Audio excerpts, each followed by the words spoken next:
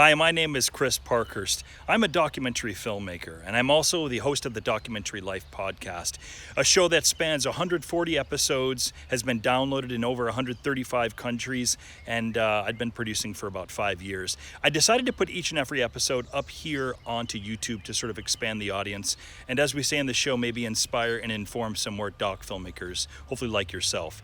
In the episodes, you may find some older, maybe outdated URLs, in particular any of the documentary filmmaking courses that we do offer online.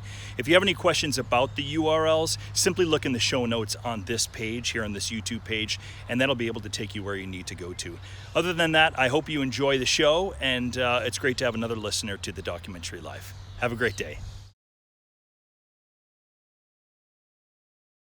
Microphone check, 1, 2. XCC, hello and welcome. XCC, hello and welcome. 1, 2, 3, 4, 5, 6. She sells seashells by the seashore. She sells seashells by the seashore.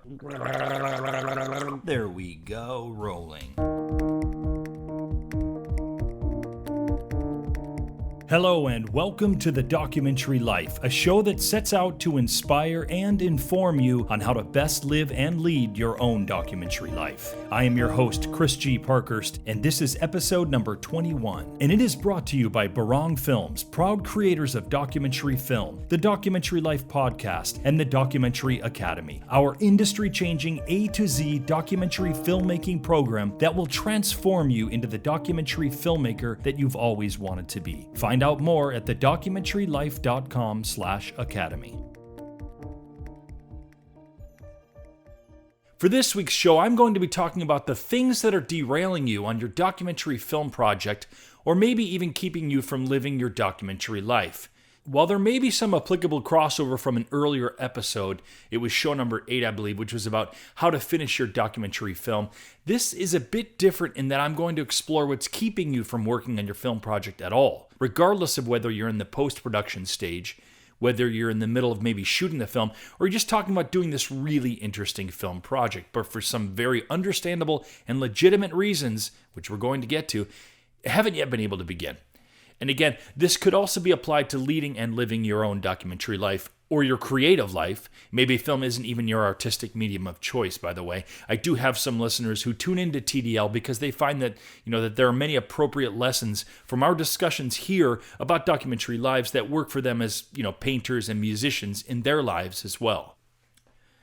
Often when I'm doing these shows, meaning the monthly installment where I'm not having a shared conversation with an industry guest, I'm talking about a given topic by relating my own experiences, my successes, my failures, my triumphs, my lessons.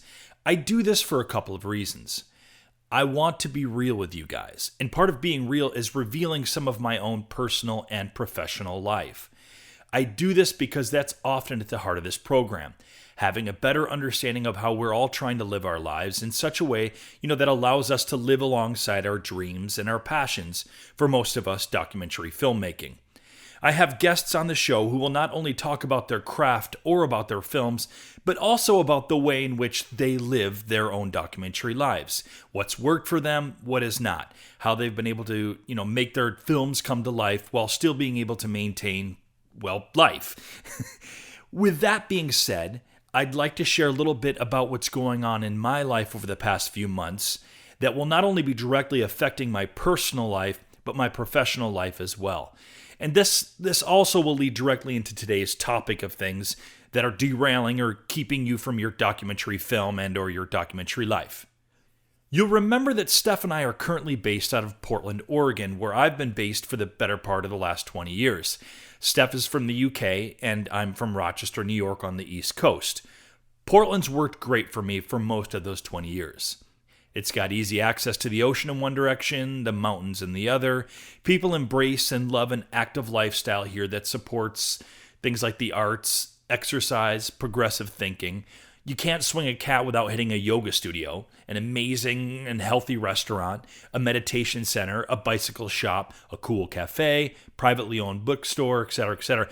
I'm often unintentionally talking pretty highly of Portland on this show. But I don't really need to sell the town to you. Most of America knows by now, since people have clearly been moving here, buying properties, opening businesses over the past decade in record numbers. There's a good reason that of major cities in the US, Portland felt the recession in an entirely different fashion than, say, Buffalo or Rochester, New York, or Pittsburgh, PA, or Minneapolis, Minnesota. And that is not to say that Portland didn't experience it at all. It absolutely did. But I think that the impact was felt on a smaller scale than other places in the US. And speaking of the recession, in fact, I was able to buy a house here in 2012, which happened to be just before the real estate market, at least here in Portland, started to rebound. Sadly, there were foreclosures on houses that were walk-in ready throughout the town. In a weird coincidence, it happened to be the time when I started strongly considering, buying my first house. The timing was right for me personally and professionally. I had paid off all debts and established good credit over the past few years. I was working steadily and making a decent income. I was ready to move out of my studio apartment and into something maybe a little bit more sizable. And when I looked at the rental market here in Portland, which is somehow even worse today than it was then, I quickly realized that I may as well have been paying on a mortgage for what I was to be paying now for, what would amount to a one-bedroom apartment. To make this part of the story a bit shorter, I'd end up buying a smaller size 2-bedroom house in an up-and-coming neighborhood of Portland. It had a large yard with a garage and was ideally located in, as I said, an up-and-coming neighborhood here in Portland. I got what is now a steal for the house, which gave me a very manageable mortgage. It allowed me to continue working in town, but have the ability to leave, for sizable chunks at a time to go and work on my documentary projects overseas. Now, again, this was back in 2012, Some things in my life have changed a bit. Well, way more than a bit, maybe. A year after buying the house, I would meet up with a friend named Steph. I'd meet up with her in Cambodia to work on what was, at the time, a short documentary film project idea that I'd recently come up with. Well, let's fast forward to 2017, and that friend named Steph has become my wife. And we now have 2 kids, one of whom is already 3 years old. And that short documentary film project idea, well, that would become what has now turned into what will be a feature-length documentary film known as Elvis of Cambodia. That's a lot to happen in even my own documentary life, which, by the way, is kind of where I'm going with all of this, my documentary life. And Steph's documentary life. It's been drastically affected by all that has happened in the past 3-4 years. How could it not? Steph went from being a single, independent British woman who was ADing on some major films in Malaysia and traveling throughout Asia on her time off, to suddenly falling in love with some American dude who convinced her to come get married and live shared documentary lives here based out of Portland, Oregon, USA. And if that weren't enough, then quickly thereafter becoming pregnant with the first of their 2 children. And yes, it did happen in that order, thank you very much. And this all happening while at the same time we were trying to work on Elvis of Cambodia, which was quickly becoming something much, much bigger than just this short film idea.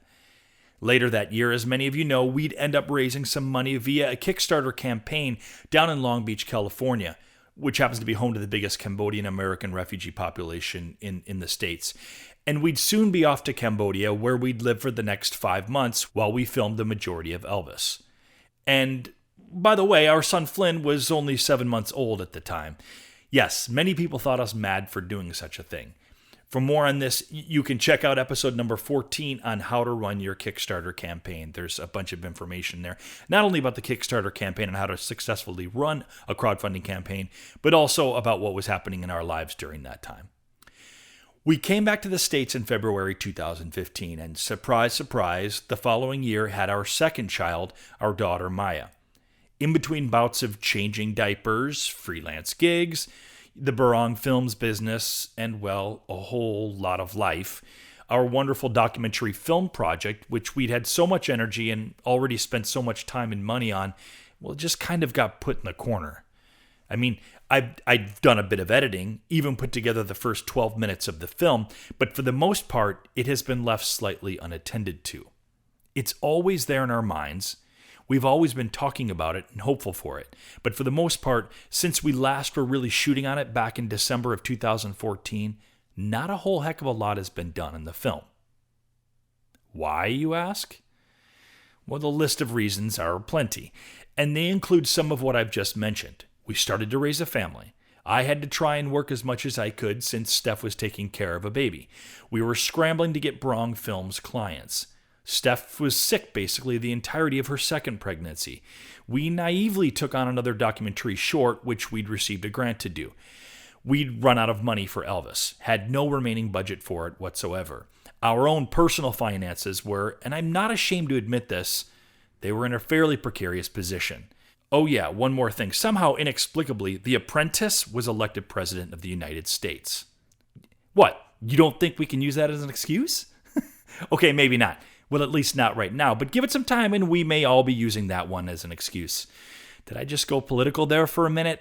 Sorry, it wasn't intended. I hope that I didn't lose too many of my listeners. No, but you get the picture that I'm painting here. And I think that so many of us have all been here. Life happens. And our art, in this case our documentary films, or in some cases our documentary lives, bear the brunt of this. Welcome to the world, right? Welcome to how most creatives I know exist. But I'm here to tell you that it does not have to be this way, or at least it doesn't have to be permanent. Of course, there will be periods in probably all of our lives where we're not able to give as much to our films as we'd like to, but I'm here to tell you that the pain of this can be minimized. You can get back on track with your film in relatively short order, you can get back to what you love, and get back to living and leading your documentary lives. Which is precisely what Steph and I have started doing here in 2017, and I believe you can too. Stick around, and towards the end of the show, I'm going to reveal Steph and my plan for our documentary lives, and specifically for our beloved Elvis of Cambodia for the rest of the year. There are some massive and really exciting changes underway that I'll share with you, but I'm going to wait and finish the show with these.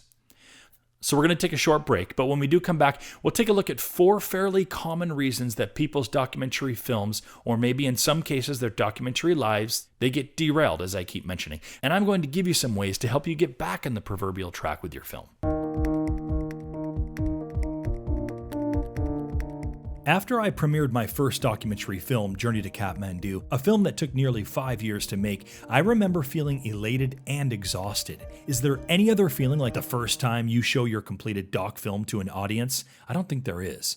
Not long after, I took a well-deserved short break away from the city, and it was while I was on a hike, when I had reached a mountaintop and was overlooking the Great Columbia River, that I found myself thinking back on the film and the journey that I'd been on. I thought about all the mistakes I'd made, all the wins that I'd had, how it had felt to finally share my film with an audience, and I thought about the life it would have from here on out. And I began to break down all the components of what had gotten me to where I was at that moment, and all the things I wished I'd done differently. And this is how I began to form what I am sharing with you today, a free course entitled The Documentary Filmmaker's Essential Checklist. In the Essential Checklist, I share with you the fundamental aspects of making a documentary film, and perhaps most importantly, help you to avoid making some of the mistakes that I made during my first feature film. It is my sincere hope that the Documentary Filmmaker's Essential Checklist will help make your doc film's journey the truly exhilarating experience that it can and should be. It's yours simply by going to thedocumentarylife.com/courses and enrolling for free.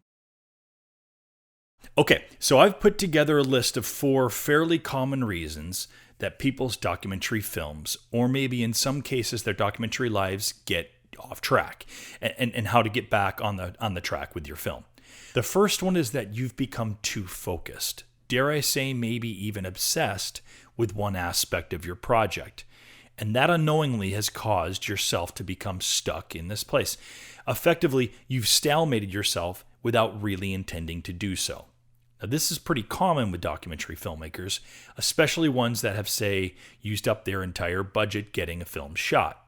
Happens all the time. It's a mistake that you won't generally make a second time, but it's completely understandable when it does happen. So much time and effort and resources, goes into just getting the film in the can, if you will. Though no one I know is actually shooting film anymore on their docs, so I guess in the can is a phrase that is a bit out of date, I suppose. Maybe I should say that you spend all this energy and money into just getting the film on a bunch of hard drives. Then when it comes time to go into post-production, put the film together into a cohesive story, you have zero budget to pay an editor, let alone for an animator or a sound engineer or a colorist or whatever. And so you become focused on what you don't have as opposed to what you do have. And if this negative focusing leads you down the path of, oh my God, how am I going to finish the film if I don't have any more money, and if I don't have any grants coming in, and if I already asked people to give to a crowdfunding campaign 6 months ago, well, what the hell am I going to do? And then the stacks of tapes or the hard drives end up sitting on shelves or buried in your closet till that one day when you win the lotto or something. If your focus has led you down this path, well, it could be a very, very long time, if ever, before your film sees the light of day. The not having enough money to start editing your film is not the problem here. It's part of your perceived problem, sure, but it's not the problem. I'd argue that the problem is that you've become so obsessed with what you don't have, in this case a budget, that you've neglected to focus your energies on what you do have. A hard drive or stack of cards or tapes of shot footage, in essence, your whole film. The irony is that you, in fact, have your film. It's just about 25 times bigger than it'll eventually be. You just have to take this footage and whittle it down, which you can. You don't have to have an editor. You will be the editor. Yes, maybe preferably you'd want it to hire this out, but guess what? You now don't have the budget for it, so you will have to do it. And that absolutely does not have to be a terrible thing. In fact, it can benefit you on so many levels. You'll be forced to become acquainted with what you have in your footage. I mean, no one knows better than you what you've shot anyway, so you can most assuredly get to editing anything, quicker than someone else whom maybe you've hired on to the project. And here's another bonus. Remember those grants that I was talking about? Well, the sooner you get to editing something, the quicker you'll have something to apply for post-production grants with. Most of these types of grants will want to see a work in progress anyway, maybe, many times 15 minutes of the film. So the quicker you can get to this, the better chance you'll have of securing some more funding for the film. And you may not end up having to edit the entire film after all. You get my point here. Instead of focusing on one aspect of the film, in this case a pretty negative one, by shifting to another aspect or focusing on something more positive, you've created the space that allows you to keep moving forward on your project. Other examples, you might be waiting on the perfect score. You might be trying to get the perfect camera. Whatever the case is, you've got to realize that your focus and your maybe obsession could be keeping you from moving forward with the film. Now, the second reason that keeps people from seeing their film projects through deals with the issue of perfection.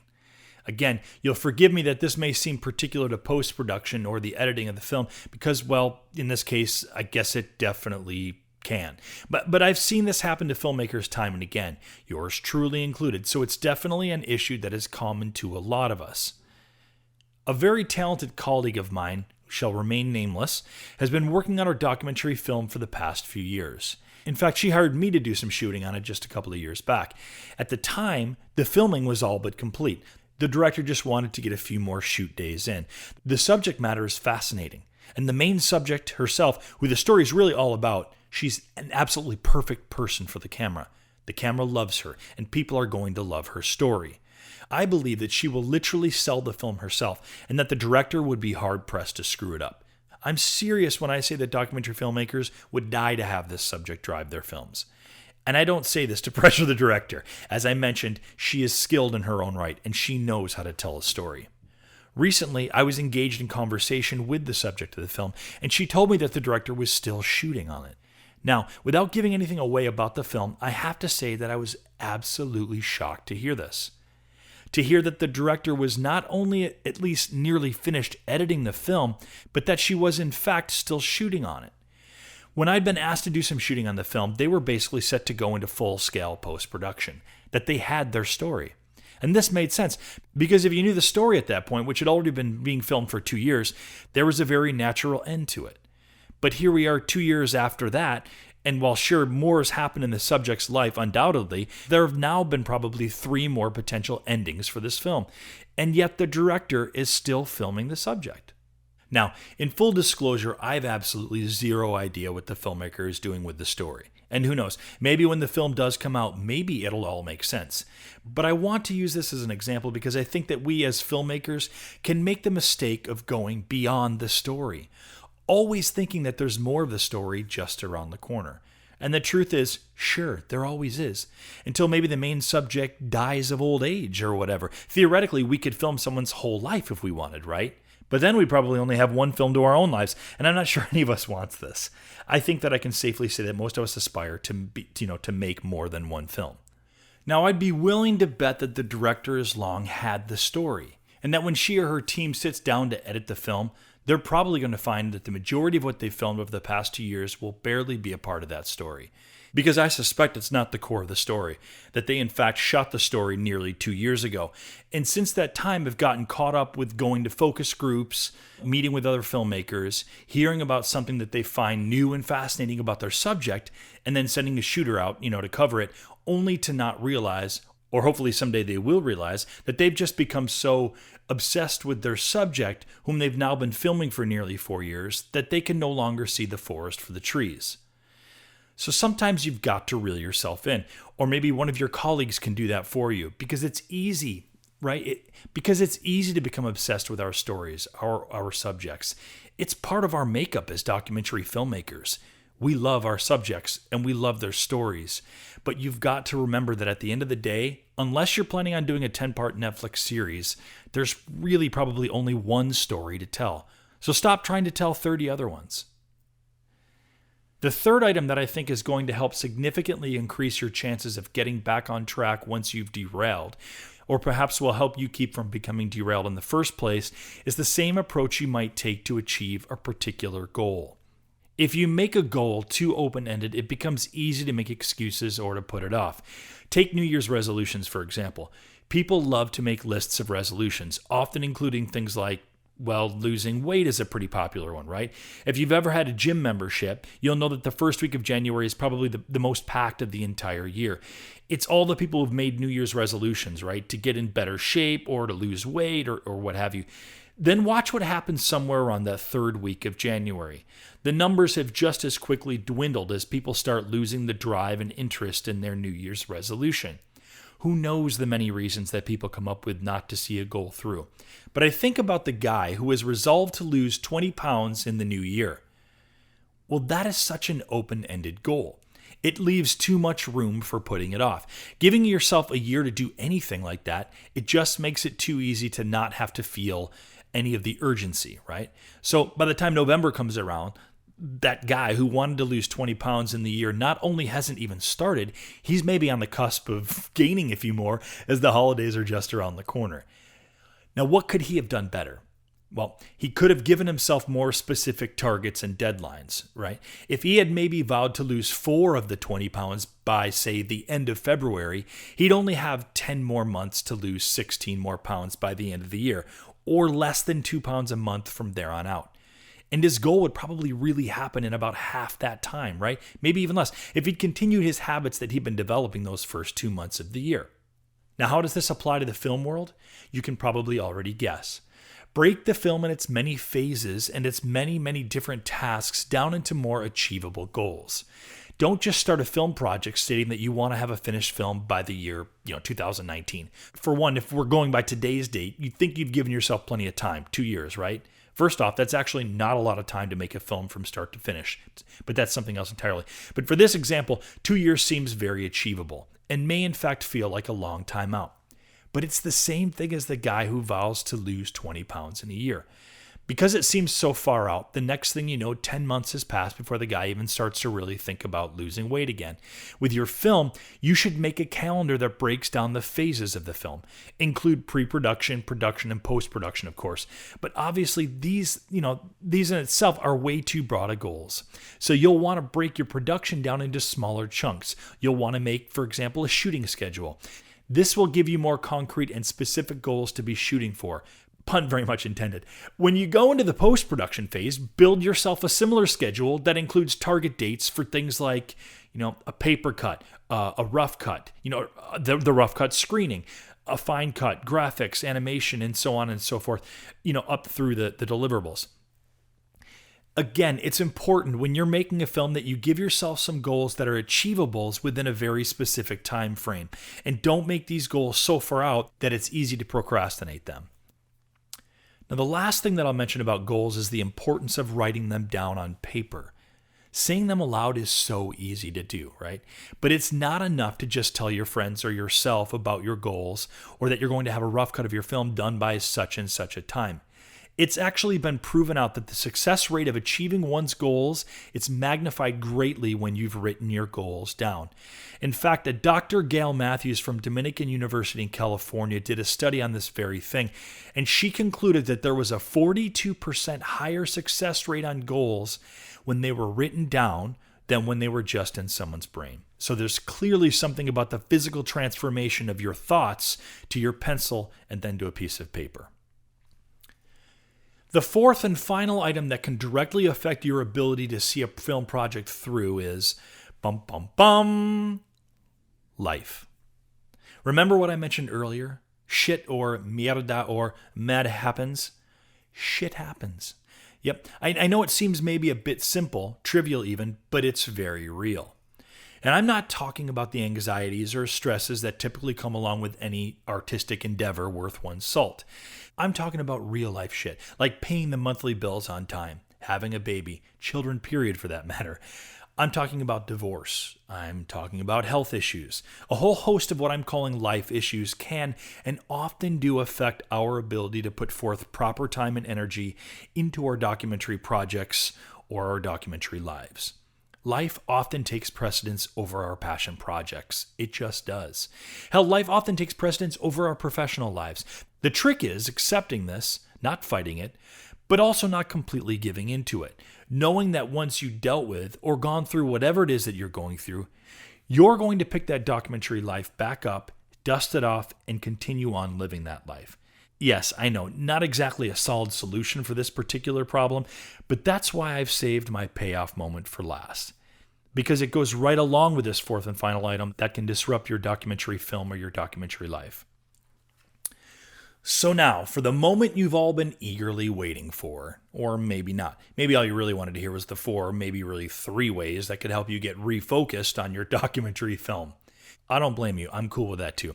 So, as a bonus, I'm going to tell you what Steph and I and our little family are doing so that we may get back on track with our own documentary lives, and more specifically with our passion project, the feature documentary film Elvis of Cambodia, which we started in 2013 and last really worked on in, say, January of 2015.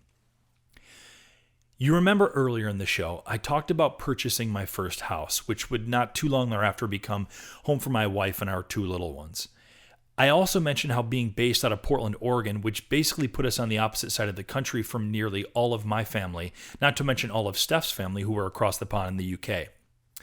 Well, about halfway into last year, we decided that, other than my freelance work, it just wasn't making much sense being so far removed from both of our families. We wanted our kids to start forming relationships with their extended families, or forbid that Steph and I, actually wanted to have more than one date a year. We could get some help from Grandma and Grandpa. Not to mention, we're looking to get Steph back some of her life. You'll remember that she left her independent life of working on films in England and in Asia when she agreed to come to the US with me. And then, of course, she took care of the kids while I worked in the industry. That's 4 years ago now.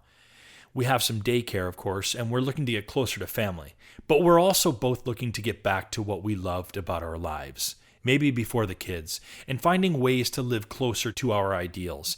Of course, in a responsible manner, yes, having the kids and whatnot. But we want to get back to our own versions of our documentary lives. And many of you can probably appreciate this. That life simply does not look like the traditional lives that many people we all know are leading. Steph and I were not built to lead the 9-to-5 work and family lives that, say, our parents were. It's not for us. It was for them, and we have all of the respect and gratitude in the world for that. I would not be who I am if not for the sacrifices that my parents made. But they also made those sacrifices so that I might be set up to have the best life possible. And for Steph and I, we believe that the best life possible for both us and the kids is not to live like our parents did, but instead to take the freedom afforded us by our upbringing, by our hard and diligent work that we've put in throughout our lives, and by the freedom afforded us by selling our house, which I bought low and am now selling high, by the freeing thoughts that we make of our lives what we want to make of them. So yes, we're selling the house this month, and we're selling high as the real estate market in Portland is pretty good, and we're using the profit to propel us to the next chapter in our lives, our documentary lives, if you will. Which leads me to Elvis of Cambodia. Right now, the plan is to go live for a few months in the UK. We're looking to establish Barong Films as a business in both the UK and the US. And of course, the other exciting thing for Steph and I is that we will finally be able to really start focusing on getting back to work on Elvis, putting a rough cut assembly together, working on grant applications, figuring out plans to return to Cambodia to finish out some filming. During this time, I'm also looking to really up the game with this podcast. See episode number 16 for my future plans with the podcast. In August, we'll be coming back to the States for a month. I'm going to be attending Podcast Movement 2017 in Anaheim, which I'm excited to share with you over the course of the next few months. I'd imagine also spending a little bit of time in Long Beach since we'll be so close, and maybe doing a little bit of filming there on the dock. We'll also be spending some time with family down in Santa Fe, New Mexico during that time. And then after that, well, we're looking to take the family back to, wait for it, Cambodia. This is where we'll make our final push to finish the film.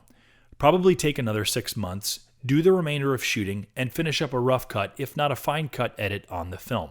And we'll be putting both Flynn and Maya into international preschool while there. And Steph and I will be basically making our documentary lives sing. And something else that I'll just mention briefly here, and over the next few months we'll expand more upon, is that I'm putting together a How to Make Documentary Films Overseas workshop. Now, I talked about this in my end of the year podcast as well. It's something that I've been wanting to do for quite some time. And well, since we'll be in Cambodia, it seems like the perfect place and time to launch it. So start thinking about that.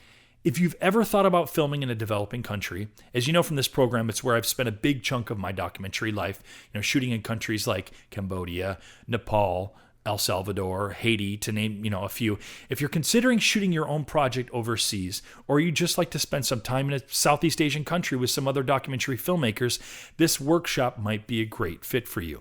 So stay tuned to the show and the Documentary Life website over the next few months as more details begin to emerge. Like I said, it's something that I've always wanted to do, host a workshop for documentary filmmakers in a place like Cambodia, and I'd love to have you be a part of it.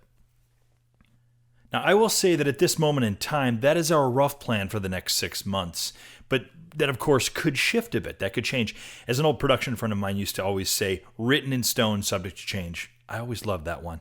But we do want to remain open to possibilities and responsibilities. We like the flexibility of our lives and would like to keep it that way. For example, it might make sense for us to wait until later in the year when the monsoon season is entirely over before going to Cambodia. There's a lot that can happen from now till then, but as you know, it's at least good to have some idea of what you'd like to accomplish. It's important to have even a rough template. So thank you for allowing me to share that with you. Now, before I finish up here, I do feel that it's important to mention that I'm not suggesting that you sell your house and you go across the world and live your dreams. That's not at all what I'm suggesting. What Steph and I are doing is not for everyone. It's not for most people. There are some risks that we're taking, but they are calculated risks. Steph and I are a different breed. We see life differently. We act in life differently than a lot of people that we know. But we absolutely believe that we're going to be successful. Otherwise, we wouldn't be doing any of this. This is what makes us happy and excited about our lives. And we're creating an environment where our children can believe that dreams can be a reality. Yes, of course, we'll be smart and conscious and responsible for our children, but we're also going to live our lives in the way that we choose to live. And we're not going to compromise our dreams or our happiness along the way in any way. Well, that's this edition of The Documentary Life. I do hope that you enjoyed it. When next we get together, I'll have a documentary industry guest on board. If you haven't already, or you're new to the show, be sure to go back and check out prior episodes. All 21 episodes can be found by going to www.thedocumentarylife.com. And don't forget, while there, sign up for the newsletter, and you'll be given a code for a free download of my first documentary film, Journey to Kathmandu. Thanks everyone for continuing to support this ever-growing documentary community of ours, and thanks for listening to The Documentary Life. Until next time, I remain your host, Chris G. Parkhurst. See you soon. Don't forget, if you're interested in a guide to help you navigate the fundamental aspects of doc filmmaking, the things that every doc filmmaker should know, then get our free doc filmmaking course, The Documentary Filmmaker's Essential Checklist, by going to thedocumentarylife.com/courses. Thanks again for listening, and we'll see you next episode.